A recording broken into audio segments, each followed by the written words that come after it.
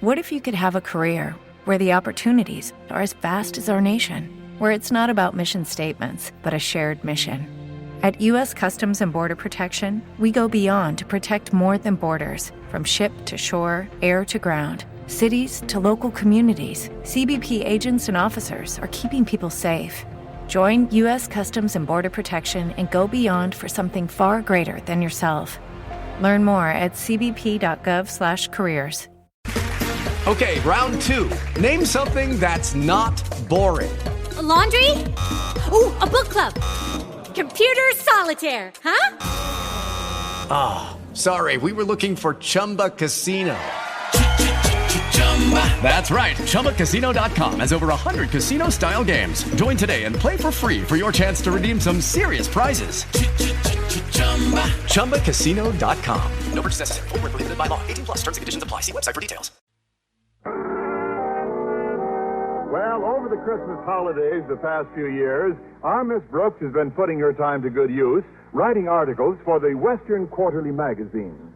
Last year, they paid her $50 for an authentic article called The Vanishing Indian. And this year, they've agreed to pay her $100 for one on the Vanishing Hobo. And next year, if they make it $200, I'll do one on the vanishing school teacher. To make this year's article as authentic as possible, I decided to get my information from a genuine hobo. So my first problem was, where would I be most likely to find the biggest bum in town? I decided to try the railroad yard, since my principal's office was closed for the holidays. And yesterday morning, my search was rewarded. I met a really loquacious tramp with whom I agreed to divide my fee for the article if he would supply the information I needed. As we walked back to my house, we made a very interesting couple. Me with my new Christmas hat and coat with patch pockets, and he with his broken-down derby and suit with patch pockets wherever you look. But my hobo still couldn't seem to get over his good fortune. Then you're really shelling out half a C-note just to hear me spill? Boy, lady, it sure is lucky I stumbled onto you. Particularly since I just got in by lower berth from Chi. You rode from Chicago by lower berth? Yeah, all the way. Right under a Pullman car. I ride Pullmans all the time. You gotta know how to use your lump of lead to land a spot like that. Your lump of lead? Yeah, your head. Well, knowing the students at Madison, I shouldn't have asked. Your vocabulary is a wee bit different from mine, Mr. I still don't know your name. It's the Earl of Peoria. The Earl of Peoria? Well, what do you hear from the Princess Margaret Rose? I just couldn't resist that. You should have. Nearly everybody pulls the same gag. Well, here we are, Earl. This is where I live. Hey, this is quite a trap you got here. Oh, I don't know. In 6 years, I still haven't caught Mr. just a moment while I get there.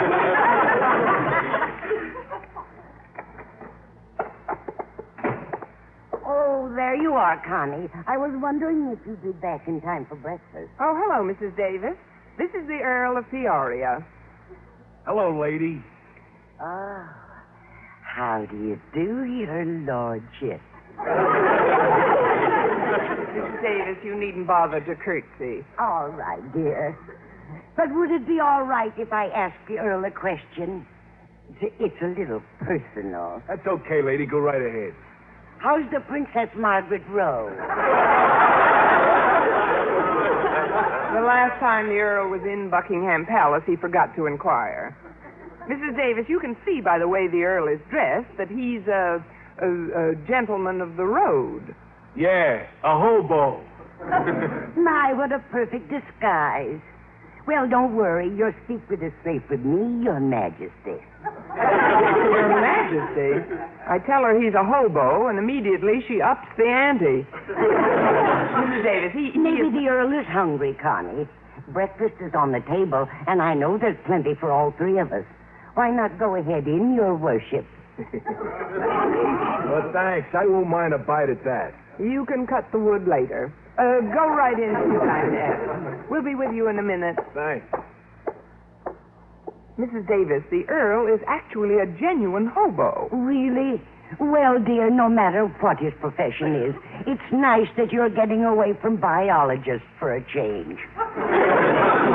And I'm not seeing him to get away from Mr. Boynton. The Western Quarterly Magazine is paying me $100 for an article called The Vanishing Hobo. And I'm simply seeing the Earl to get authentic information. Now, do you understand? Of course, dear. Good. Where is he taking you on New Year's Eve? He's not taking me anywhere. As of now, Mr. Boynton is still my New Year's Eve date. Well, I thought you said he hasn't invited you yet. What if he doesn't ask you? Well, then I'll have to resort to a clever little subterfuge which we women use only in extreme emergency. What's that, dear? I'll ask him. Anyway, I expect to see him in a little while. Walter's driving me over there to pick up his typewriter and borrow a clean shirt and tie for the Earl. Oh, that reminds me, Connie. While you were out, Mr. Conklin called. He said to tell you to come over to his house as soon as Walter picks you up. He sounded as if it were a matter of life and death if you weren't there in half an hour. I think I'll wait an hour and be sure. Everything's a matter of life and death with our principal when he wants me to do something for him. Doesn't he realize that these are the holidays and that we teachers have a right to some time off just as much as... Oh, there's the back doorbell. That's probably Walter now. Come in, dear. The door's open. Why is he coming in by the back door? He probably wants to stop in the kitchen and drop off the bag of food I asked him to buy. Good morning, ladies. Say, I just came through your dinette. You know, there's a man eating like crazy in there with both hands. Well, go in and show him how you eat with both mouths. Go in and join him, Walter. Say, who is he? He's the Earl of Peoria, Walter. The Earl of Peoria? Well, what does he hear from the Princess Margaret Rose? That joke might easily become as popular as the bubonic plague. But to forestall any further speculation as to who he is, the Earl's a tramp who's helping me with an article I've been writing called The Vanishing Hobo. Now, is everything clear? Oh, yes, ma'am. I'm glad. Where's he taking you on New Year's Eve? I wonder if this place is wired for sound. Now, Walter, if you're ready, let's get going. I have to stop off at our principal's house before we visit Mr. Boynton. Oh, I'm not going with you, Miss Brooks. Yeah, I have some errands to do for my mother, so I thought I'd let you borrow my car. Yeah, I have every confidence you are my equal as a driver. Give a pedestrian, take a pedestrian. Well, in that case, I might as well take the Earl along. That is, if your car is suitable for him. How high is the body from the ground, Walter? But, Connie, what difference does it make how high the car's body is? Plenty. I want the Earl to be perfectly comfortable while he rides under it.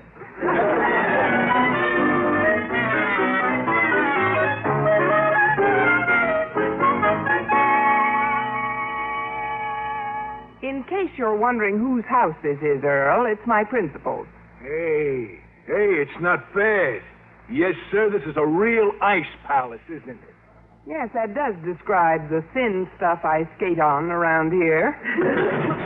Oh, hi, Miss Brooks. Daddy's been expecting you. Come on in. Thanks, Harriet. Daddy's in the... Oh, hello. Hello, miss. Harriet, this is the Earl of Peoria. Oh, how do you do, Your Highness? Harriet, you don't have to curtsy. Well, all right. Then I'll... And you don't have to kiss his hand, either. Go on. Let her enjoy herself. Well, at least could I ask the Earl a question? Of course, it is a little personal. If it's about the Princess Margaret Rose's health, she's in bed with the gout. Oh, Miss Brooks, how did you know what I was going to ask? I read tea leaves. The Earl of Peoria is a hobo, Harriet. Who is at the door, Harriet? Oh, it's you, Miss Brooks. What's that? How are you? Mr. Conklin, this is the Earl of Peoria, and you needn't bother to curtsy, sir. The Earl of Peoria. Well, what do you hear from the Prince of Wales? Yeah? Oh, I really do come up with them, eh, Miss Brooks? You should have stayed down with that one. Did you want to see me about something, sir? Indeed I did. Come into my den, please. Daddy, if you don't need me around here anymore, I'm going to meet Cynthia Craven. Lucky Cynthia. You may go, Harriet. Follow me, Miss Brooks. You don't mind waiting here alone a few minutes, Earl? Oh, not at all. It's a lot safer. Now, sit down, Miss Brooks. Now, tell me, just what is that hobo doing tagging along with you? Well, I'm writing an article for the Western Quarterly magazine entitled The Vanishing Hobo, and I needed authentic information, so I found the Earl in the railroad yard. Does that explain everything, sir? I believe it does. I'm glad. What did you want to see me about, Mr. Conklin? Miss Brooks, when I called this morning, I had a little errand I wanted you to perform for me. But I know how insignificant that will appear when I tell you about the reports Mr. Stone asked me to work on. But, sir, didn't you explain to him that these are your holidays and there's time enough when you get back to school? I did indeed, Miss Brooks. I was so persuasive, in fact, that Mr. Stone finally agreed to let me split my work half and half. Half during the holidays and half after? No, half for you and half for Miss Enright. But, sir, these are my holidays, too. Yes, they weren't they? Miss Brooks, those reports will only take you a few afternoons this coming week. Oh, well, I don't suppose there's any use in protesting. And my, you are maturing, aren't you? Now, the other thing is quite simple. Since you have Denton's car anyway, I didn't think you'd mind dropping off 3 or 4 suits of mine at the cleaners. My wife has taken our car up to her mother's for a few days. Oh, that's all right, sir. Fine. They're on one of the chairs in the hall. I'll show you. Yeah, they're right over there on this. Miss Brooks, they're gone. My suits are missing. Oh, but that's impossible, sir. They couldn't be missing. Not with the Earl standing right in here guarding. Standing right... Well... He's standing outside guarding them. The dirty crook stole my suit. Oh, Mr. Conklin, what a horrible thing to say. Harriet probably told the Earl you wanted me to take your suits to the cleaners, and he probably carried them to the car for me. He's undoubtedly waiting in the car this very minute. Now, I'll just open the front door and show you how mistaken you are. Well? Why, the dirty crook stole Walter's car. Well, while I was writing my article on the vanishing hobo, the hobo vanished with Mr. Conklin's suit, Walter's car, and maybe even my job.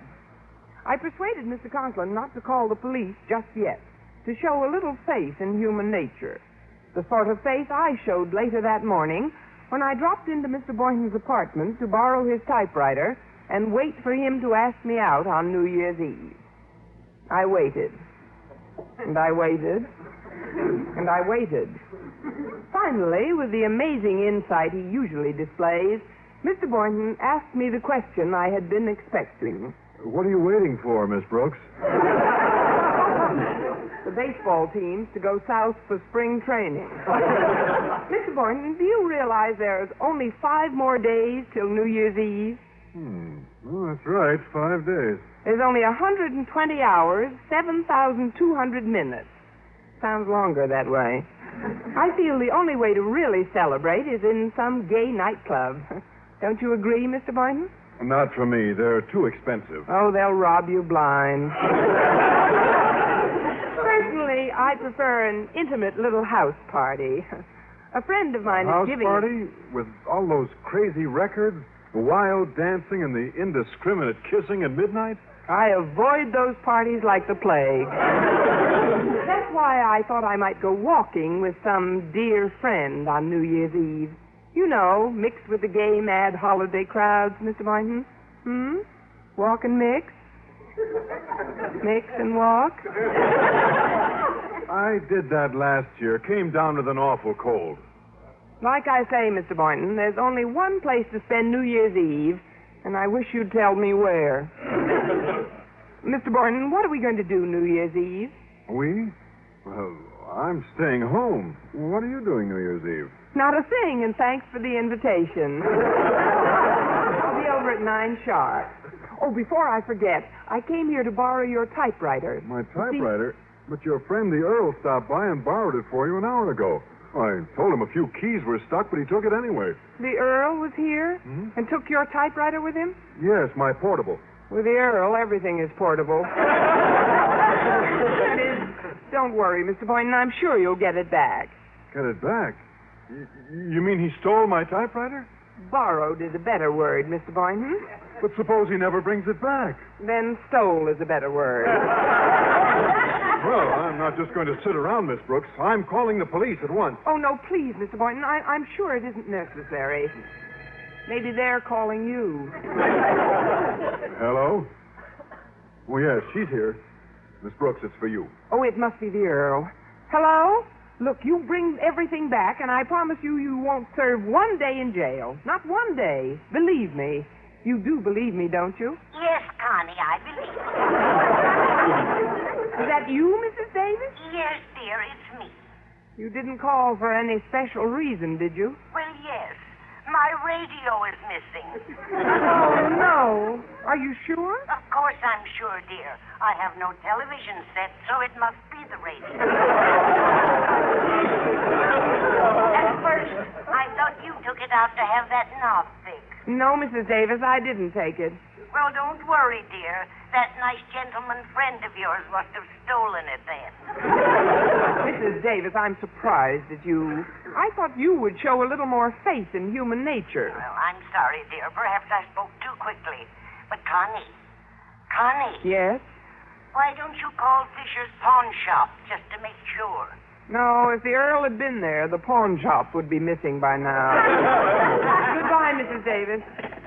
So he stole Mrs. Davis' radio, too. And you still think he'll be back, Miss Brooks? Call it a sixth sense, Mr. Boynton. Call it a woman's intuition. Call it anything, but don't call the police. Please? All right, Miss Brooks. In order not to embarrass you, I won't. But I don't share your confidence. I'm going hunting for that crook, and when I get my hands on him, there'll be fireworks. Oh, I'm sure you'll catch him before the 4th of July. He'll be back soon. You'll see. Now, if you'll excuse me, Mr. Boynton, I've got to break some sad news to Walter. What sad news? That the car he loaned me this morning is now getting its kicks on Route 66.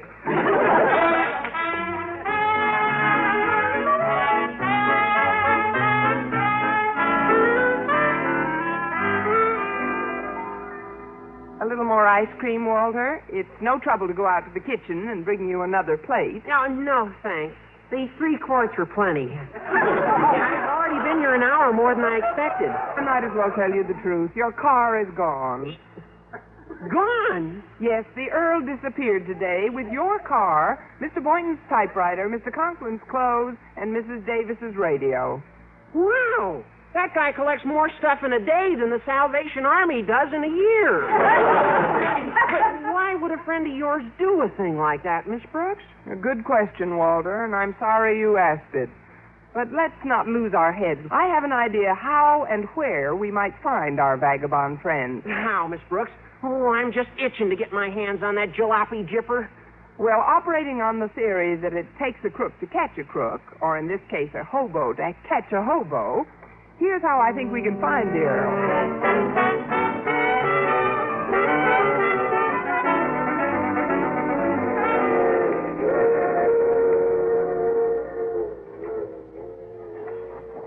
All right, Walter, let's camp here. All right, Miss Brooks. Gosh, you look funny in my father's old clothes. How do I look, Walter? You like my father. Well, it's my own fault for asking. I was hoping I'd look like an authentic hobo. Not you, Miss Brooks. But with that broken-down derby, you look a lot like the Earl. Excepting, of course, you haven't a 3 days' growth of beard. I just couldn't wait for 3 days. Well, let's hope my idea works. Hey, wait a minute. I think it's working already. Look over there. Where? That man, huddled over a fire. It's him, Miss Brooks. He's wearing the same broken-down derby, torn coat, handkerchief round his neck. Yes, I think you're right, Walter. Now we'll sneak up behind him and take him by surprise. Ready? Am I? Oh, for his sake, I hope his Blue Cross is paid up. Let's go. All right. Tackle him, Walter. Hold on. We got him, Miss Brooks. All right, Earl, do you give up? Miss Brooks, why are you sitting on my chest?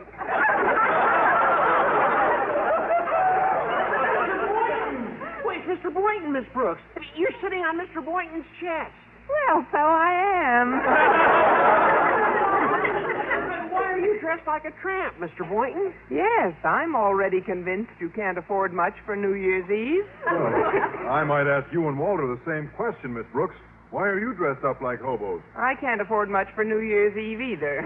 That is, we figured it takes a hobo to catch a hobo. Well, that's exactly the way I had it figured out. Miss Brooks, would you do me a big favor? Certainly, Mr. Boynton. What is it? Will you please get off my chest? I am still there, aren't I? Well, it seems we were both operating on the same theory to catch the Earl, so... Hey, Miss Brooks, look. Over there, it's him. It's just who we're looking for. Where's him? I mean, who's who? Where? Just behind that tree by the open fire. Yeah, it's him. Yes, it does look like him. The broken derby, the torn coat, the handkerchief. All right, the three of us will sneak up and grab him. Ready, Mr. Boynton? Not quite. Oh, that's right. I'm still on your chest. There. How's that? All right, now. We'll sneak up behind him. And when I give the signal, we grab him. Oui, mon capitaine. Okay, grab him. All right, Earl, we've got you. Now you give up?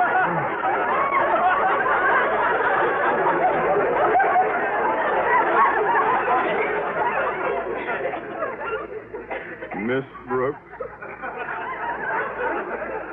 will you kindly remove those pointed knees from my chest? Conklin, is that you? No, Miss Brooks. It's Liberace. But gosh, Mr. Conklin, what are you doing in a railroad yard dressed up like a tramp? If you must know, Denton, I am only a school principal by day.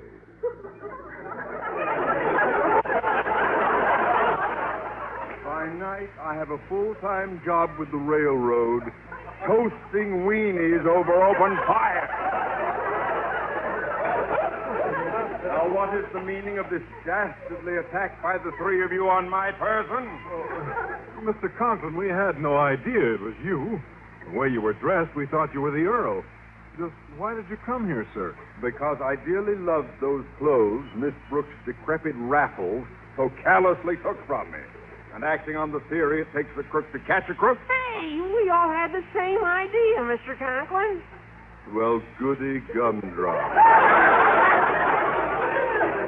Now, see here, Miss Brooks. Wait a minute, sir. Now, I think I really see him. The Earl? Where, Mr. Boynton? Over there, by the tracks. Bent over that little fire. Oh, this time it must be the Earl. And why must it be the Earl this time, Boynton? Because we've already run out of bums.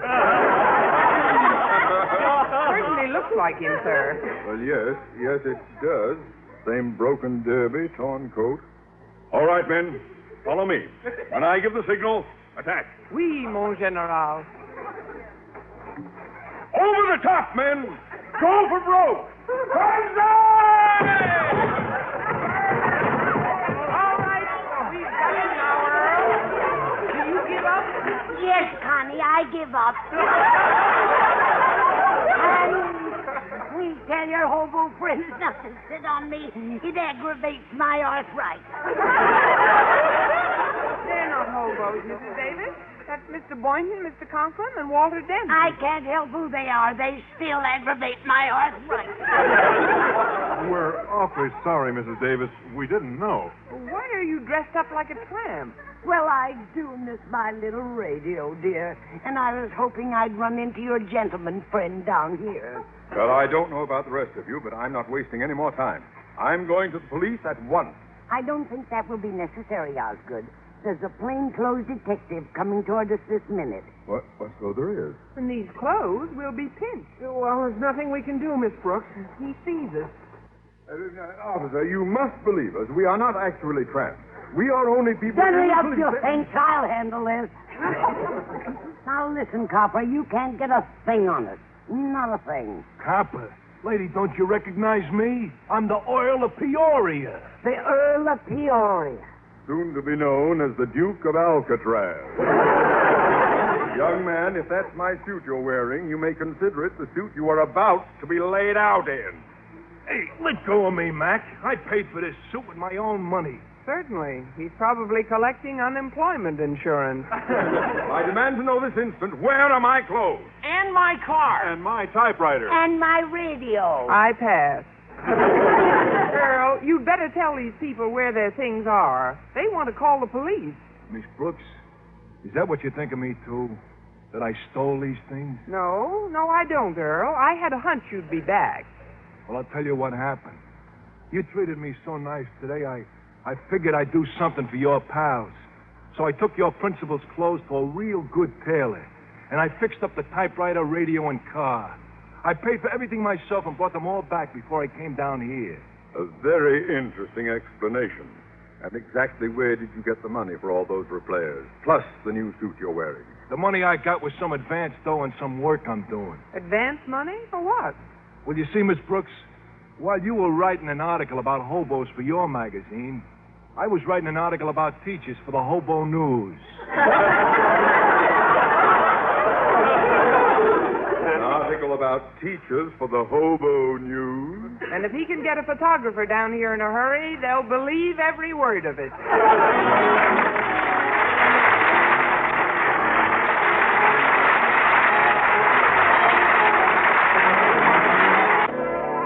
And now, here is Eve Arden. Miss Brooks, starring Eve Arden, transcribed, was produced and directed by Larry Burns, written by Arthur Ellsberg and Lou Durman, with the music of Wilbur Hatch. Mr. Conklin was played by Gale Gordon. Others in tonight's cast were Jane Morgan, Dick Crenna, Bob Rockwell, Gloria McMillan, and Peter Lee. Lucky Land Casino, asking people, what's the weirdest place you've gotten lucky? Lucky? In line at the deli, I guess? Aha, in my dentist's office. More than once, actually. Do I have to say? Yes, you do. In the car before my kids' PTA meeting. Really? Yes. Excuse me, what's the weirdest place you've gotten lucky? I never win and tell. Well, there you have it. You can get lucky anywhere, playing at LuckyLandSlots.com. Play for free right now. Are you feeling lucky? No purchase necessary. Void where prohibited by law. 18+. Terms and conditions apply. See website for details.